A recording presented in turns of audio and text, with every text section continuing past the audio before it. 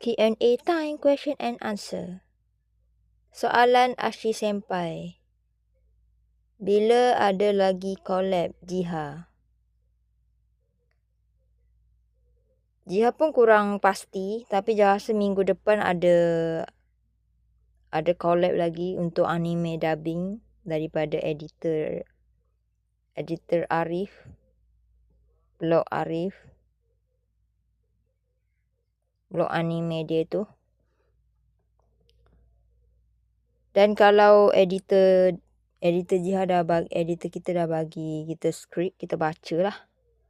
Lepas tu dia hantarlah file skrip tu, dia hantar dekat Ashi Senpai. Suruh Ashi Senpai hafal tu, baca dan lakonkan suara tersebut. Mengikut nada yang editor minta daripada kita bertiga lah, Rian dengan Ashi Senpai dan Jiha.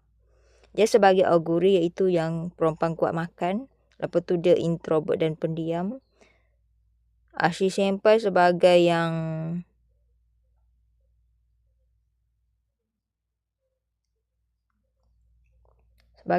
watak garang tu. Rian sebagai yang masak-masak tu.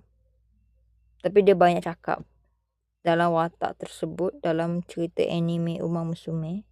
Sebab kita nak buat siri Uma Musume tu betul-betul mantap lah. Tapi dia cuma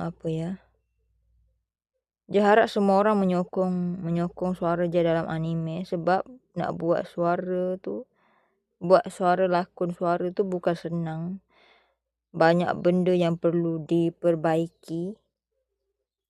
Tapi saya tak rasa suara saya perlu diperbaiki, kerana di dalam anime tersebut saya memakai suara original saya. Saya tak pakai suara dibuat-buat, sebab saya memang ada suara tu. Saya boleh buat suara comel sebab itu memang suara daripada saya umur remaja.